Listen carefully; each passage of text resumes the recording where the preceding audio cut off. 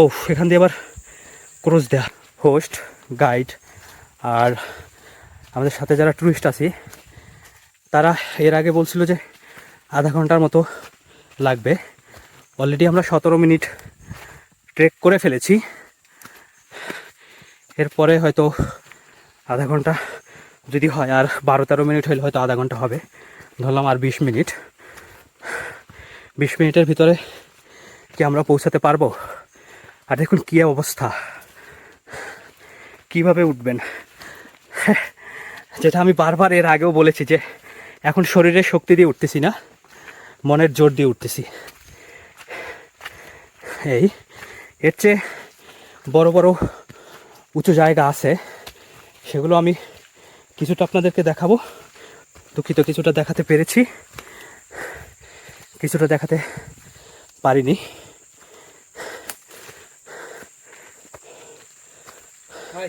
আমরা ভুল পথে ভেবে চলে গেছি,